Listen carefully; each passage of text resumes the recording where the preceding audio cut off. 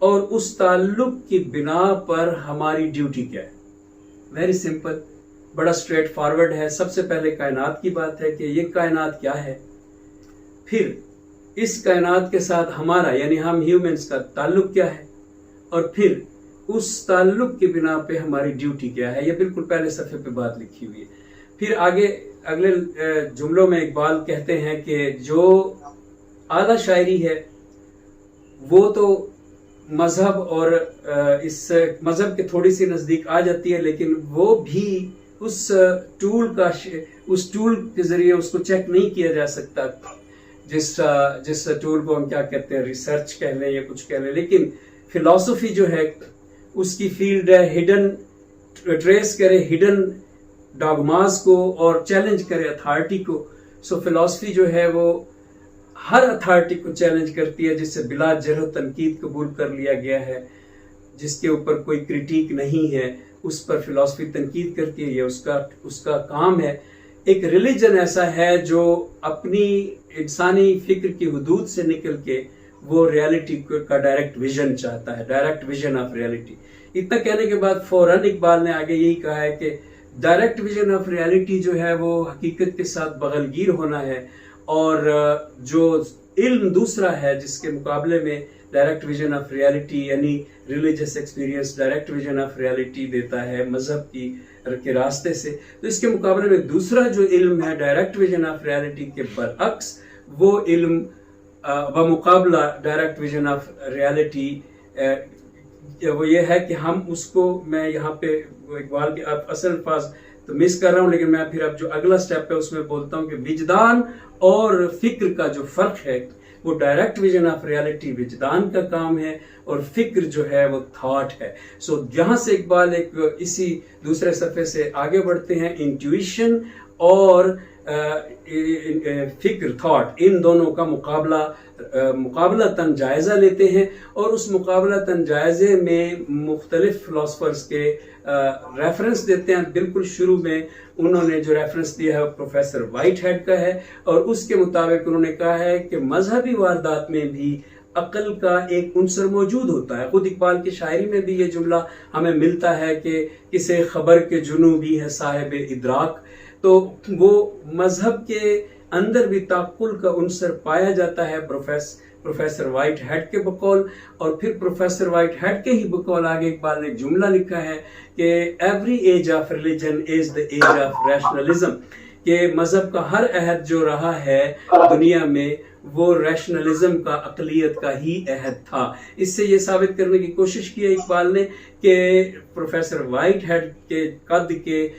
Philosophers اپنے وقت میں اس بات کو سیکنڈ کر رہے ہیں کہ یس، ریلیجن کے اندر جو مذہبی واردات ہے اس کے اندر بھی تعقل کا ایک سینس، جس کے لیے اقبال کا ورڈ ہے کوگنیٹو، جو اس میں ایک سینس ہے کہ اس میں تعقل ہے، ہم اس کو سمجھ سکتے ہیں، وہ پایا جاتا ہے. پھر ساتھ ہی اقبال نے دلیل دی ہے کہ اس چیز کی آرزو رسول اللہ صلی اللہ علیہ وآلہ وسلم اسلام میں، پہلے انہوں نے کہا ہے کہ اسلام میں تو اس کی آرزو خود رسول اللہ نے کی.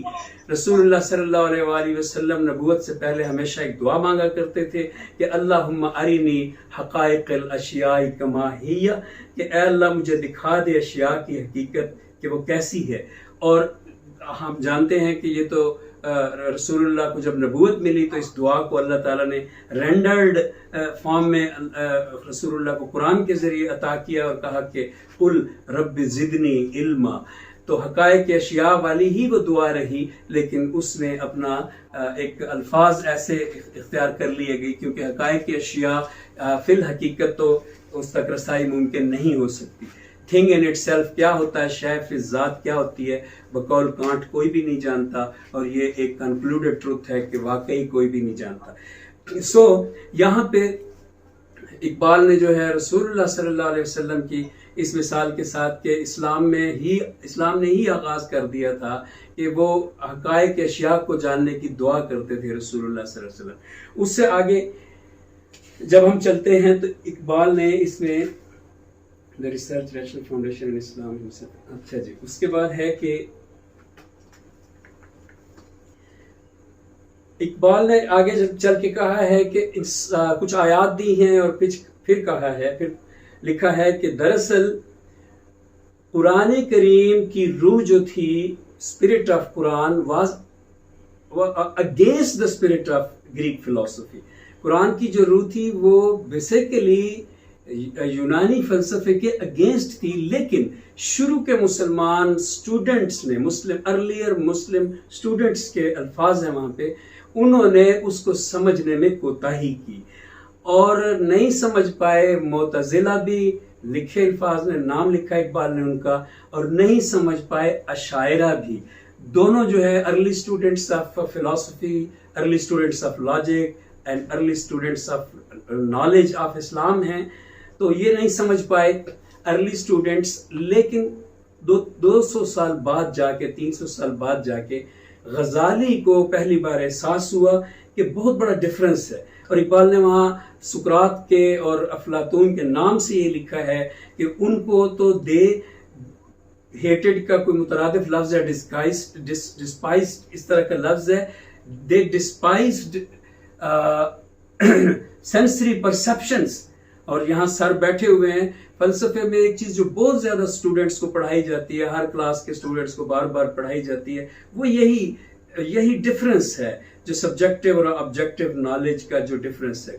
سو وہ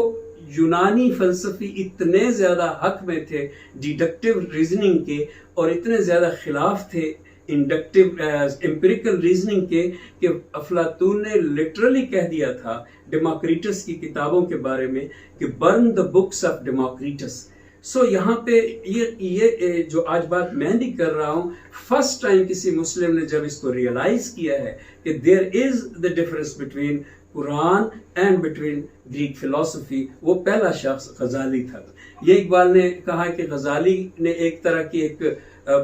بغاوت کی تھی یونانی فلسفے سے، اور غزالی کے بعد ابن رشد نے غزالی کا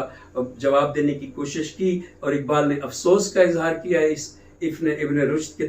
کام پر کہ اس نے ایک بہت کریٹیو اور بڑی کریٹیو ایولیوشنری لیول کی کریٹیو تھاٹ کو جو ہے اس نے خیر باد کہہ دیا ارسطوٹل کے تتبع میں، اور جو غزالی ہے وہ پہچان پایا. لیکن یہاں پہ پھر اقبال نے کہا کہ جیسا غزالی نے کیا، یہ اب میں خطبہ جو ہے نا سٹیپ بائی سٹیپ بولتا جا رہا ہوں، میرا اپنی طرف سے کوئی لیکچر نہیں ہے، ایک طرح سے میں آپ کے سامنے پورا خطبہ رکھ رہا ہوں. تو پھر اقبال نے کہا کہ یہ جو کیا غزالی نے، یہ ایگزیکٹلی یورپ میں بھی ہوا،